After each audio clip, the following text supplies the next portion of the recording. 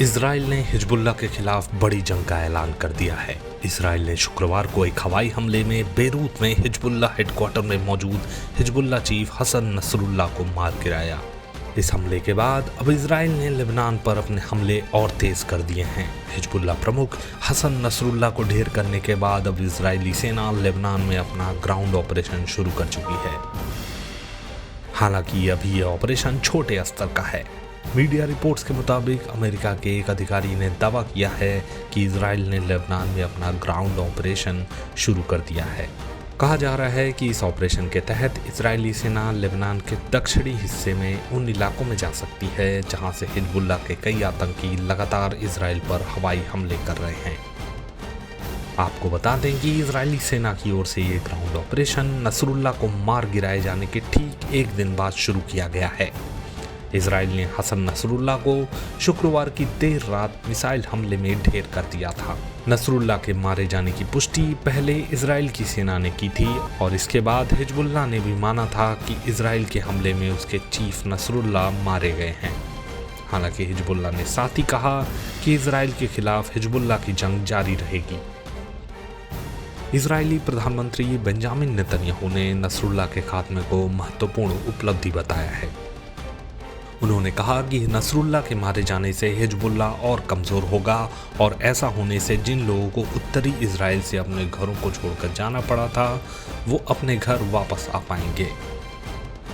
आपको बता दें कि नेतन्याहू ने बीते साल 7 अक्टूबर के हमले के दौरान हमास द्वारा पकड़े गए इजरायलियों की रिहाई सुनिश्चित करने के लिए चल रहे प्रयासों का जिक्र करते हुए कहा था कि जितना अधिक हमास चीफ को लगेगा कि हिजबुल्लाह अब उन्हें बचाने नहीं आ रहा है, हमारे बंधकों की वापसी की संभावना उतनी ही अधिक होगी। नेतन्याहू ने इस ऑपरेशन को अंजाम देने के लिए IDF, मोसाद और शिन बेट सहित इजराइल की सैन्य और खुफिया एजेंसियों की जमकर तारीफ की है। उन्होंने कहा कि हम जीत रहे हैं। इजराइल के इस ऑपरेशन पर देश के रक्षा और विदेश मामलों के जानकार क्या कह रहे हैं, सुनिए। इजराइल जो इस समय कर रहा है हिजबुल्लाह के साथ, ये क्लियर कट है, जैसे सिर को धड़ से अलग कर रहा है। हिजबुल्लाह की लीडरशिप को टारगेट कर रहा है वो। अभी नसरुल्लाह के मारने से पहले उसने करीब 3 या 4 टॉप हिजबुल्लाह कमांडर्स को मार दिया था। उनकी एयर फोर्स जो भी कहते हैं उसका हेड, उनकी लॉजिस्टिक्स का हेड, 3-4 वो मार दिए थे। अब नसरुल्लाह को मार दिया जो कि नर्व सेंटर है, फाउंटेन हेड है हिजबुल्लाह का, वो गया। आज अभी एक इंटेलिजेंस का जो चीफ है उसको मार दिया। तो आप समझ सकते हैं कि हिजबुल्लाह के जितने सीनियर कमांडर्स हैं वो सारे माने जा रहे हैं, तो लीडरशिप तो गायब हो गई। 1 सेकेंडली, इजराइल ने इनका सारा कम्युनिकेशन, कोऑर्डिनेशन, कंट्रोल को डिसरप्ट कर दिया है, बर्बाद कर दिया है, वो पेजर अटैक्स और वॉकी टॉकीज से। तो अब जो हिजबुल्लाह है, जो इसके फाइटर है, वो जैसे कहते हैं ना चिकन विदाउट अ हेड, दौड़ रहे हैं इधर उधर, उन्हें पता नहीं वो कैसे कोऑर्डिनेट करें। तो इजराइल ने ये अचीव करा है पिछले कुछ दिनों में हिजबुल्लाह के साथ। देखिए, भारत के ऊपर इकोनॉमिक इंपैक्ट जो इजराइल का गाजा में युद्ध चल रहा है और लेबनान में फैल रहा है, ये मेरे ख्याल से आप 3 भाग में देख सकते हैं। सबसे पहला भाग जो है वो तो ये है कि हमारे इंडियन NRI डायस्पोरा बहुत बड़ी तादाद में इन कंट्रीज में काम करते हैं। तो जितना ज्यादा टेंशंस बढ़ेंगी, वॉर के क्लाउड्स बढ़ेंगे, इंस्टेबिलिटी होगी, तो हमारी NRIs की वहां नौकरियां कम हो सकती हैं, कुछ को तो फिजिकल डेंजर भी होगा। तो इसके चलते जो रेमिटेंसेज हैं गल्फ से और मिडिल ईस्ट से, वो ड्रॉप हो सकती हैं भारत में। 1 दूसरा नुकसान इकोनॉमिक रूप से जो हमें हो रहा है और दुनिया भर को भी इफेक्ट करेगा, वो है क्रूड की कीमत। जब वॉर होती है, इंस्टेबिलिटी होती है, और क्योंकि यही रीजन है जहां से दुनिया भर को तेल जाता है मेजॉरिटी, राइट, तो तेल की कीमतों पे असर पड़ेगा, जो कि हमारा तेल का इंपोर्ट बिल बढ़ा सकता है। थोड़ी सी भी उछाल हुई, हमारे को इंपोर्ट बिल बढ़ेगा। तीसरा इंपैक्ट, वो भी अभी भी चल रहा है पर लंबा खिंचेगा, वो ये है कि क्योंकि हुतीज ने रेड सी को ब्लॉक ही कर रखा है, आप मानिए, तो दुनिया भर की जो शिपिंग लाइंस हैं अब वो अवॉइड कर रही हैं सुएज के लाल से आना या जाना। अब अगर यूरोप से कोई शिप माल लेके भारत आती है तो उसको पूरा अफ्रीका घूम के, हॉर्न ऑफ अफ्रीका से घूम के भारत आना होता है। इसमें प्रॉब्लम या नुकसान ये हो जाता है कि टाइम ज़्यादा लगता है ट्रांसपोर्ट का, एज वेल एज ट्रांसपोर्ट की कीमत बढ़ जाती है। तो जो हम इंपोर्ट कर रहे हैं उसकी कीमत हमें ज़्यादा देनी पड़ती है। सिमिलरली हमारे एक्सपोर्ट्स को भी नुकसान होता है, क्योंकि जो माल हम एक्सपोर्ट करते हैं, अगर मानिए यूरोप को कर रहे हैं, तो फिर उसे सुएज कैनाल से जाएगा नहीं, वो पूरा हॉर्न ऑफ अफ्रीका से घूम के जाएगा, टाइम ज़्यादा, पैसा ज़्यादा, तो हमारा एक्सपोर्ट महंगा हो जाएगा।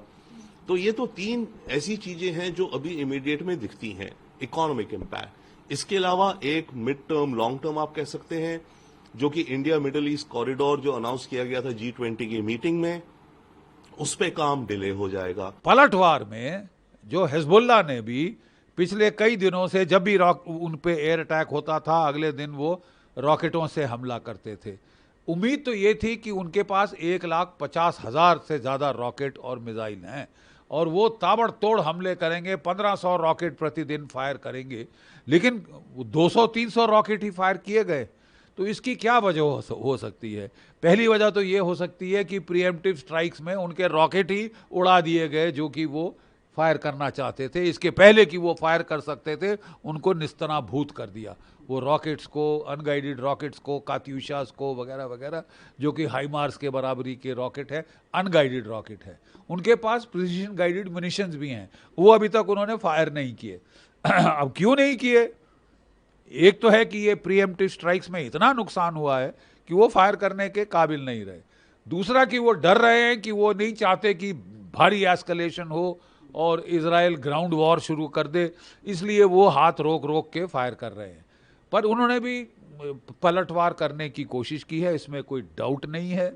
और क्योंकि कोई 8 टारगेट्स पे उन्होंने रॉकेट फायर किए हैं, इजराइल की नॉर्दर्न कमांड हेडक्वार्टर के पास कोई 60 किलोमीटर दूर की जो फैसिलिटीज़ हैं उन पे फायर किया है, रामान के एयरबेस पे फायर किया है, जहाँ पे इजराइल का 510, 515, 516 F-16 स्क्वाड्रन हैं जो हमले कर रहे हैं बेरूट के अंदर, बेका वैली के अंदर, बॉर्डर जोन के अंदर, और उस पर स्ट्राइक करने की कोशिश की है। फिर उन्होंने एक एमुनेशन फैक्ट्री पे स्ट्राइक करने की कोशिश करी। इसके अलावा जो राफाल इंडस्ट्रीज़ हैं, डिफेंस इंडस्ट्रीज़, उनके ऊपर स्ट्राइक करने की कोशिश की है। तो और फिर उन्होंने तल अवीव के ऊपर एक बैलिस्टिक मिसाइल फायर किया, वो जो कह रहे थे कि हमने मोसाद के हेडक्वार्टर को टारगेट किया। इजराइल कह रहा है कि हमने सारे रॉकेट मार गिराए हैं और कोई ख़ास नुकसान नहीं हुआ है, 6 घायल हुए हैं, ऐसा वो बोल रहे हैं। लेकिन ये भी गौरतलब है कि इजराइल ने सब फोटोग्राफी और वहाँ से इमेजरी आउट होनी बंद कर दी है। इसका मतलब वो नहीं दिखाना चाहता कि कितना नुकसान हुआ है, कितना इफेक्टिव है, कितना नहीं है, और कितना पेनिट्रेट कर गया है उनके मिसाइल डिफेंसेस के थ्रू। अरे यार, इसको कितना लीक हो गया है मिसाइल डिफेंसेस के थ्रू, आयरन डोम के थ्रू, वो दुनिया को दिखाना नहीं चाहते। बट अब बात यह है कि साहब, अमेरिका बहुत देर से चेता रहा था इजराइल को कि भैया एस्केलेट मत करो, अब सीज फायर कर लो, अब ख़त्म करो।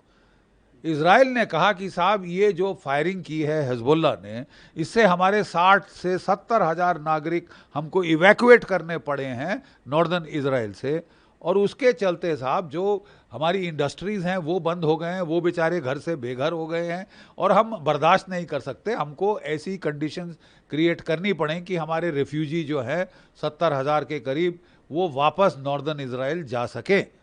हमको बर्दाश्त नहीं है कि कोई देश हम पे धड़ाधड़ रॉकेट फायर किए जा रहा है पिछले 1 साल से, और हम हाथ पे हाथ धरे बैठे हैं। इजराइल की स्ट्रेटजी हमेशा रही है कि जब 2-3-4 देश या दुश्मन उस पर मिलकर वार करते हैं तो वो चुन चुन के मारता है। पहले स्ट्रांगेस्ट को जो है इमीडिएट थ्रेट को न्यूट्रलाइज करता है, फिर अगली थ्रेट, इस तरह करके वो चुन चुन के मारता है। तो उसने अब हमास को न्यूट्रलाइज करके वो हिजबुल्लाह पे टूट पड़ा है हाथ धो के। अमेरिकी परेशान हो रहे हैं क्योंकि वो वरिड हैं कि उनकी इलेक्शन के पहले एकदम एस्केलेशन ना हो जाए।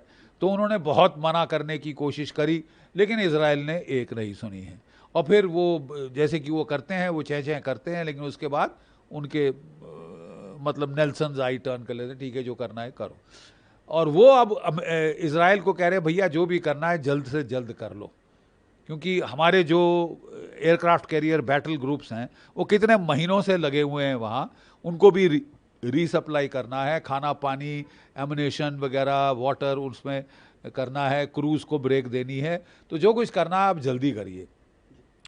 इसके चलते इजराइल ने फोकस किया है पहले not so much on ground operation but intelligence and air force के ऑपरेशंस के ऊपर बहुत भारी उसने तवज्जो दी है, क्योंकि उसकी सोच है कि वो इंटेलिजेंस ऑपरेशन जैसे वो पेजर और वॉकी टॉकी स्ट्राइक और जो एयर स्ट्राइक्स हैं उनके दबाव से इतना दबाव डाल सकता है हिजबुल्लाह पे कि उसे सीज फायर एक्सेप्ट करने के लिए मजबूर करें।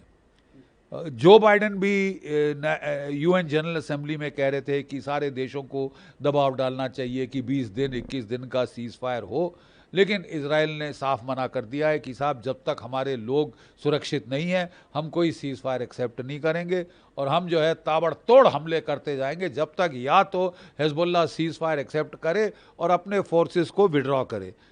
याद रहे कि 1982 की लड़ाई में इजराइल ने हमला किया था ग्राउंड अटैक और लितानी नदी के पीछे धकेल दिया था हिजबुल्लाह को, उसके बाद वो फिर आगे आ गए थे जब वो ख़त्म हुआ ऑपरेशन।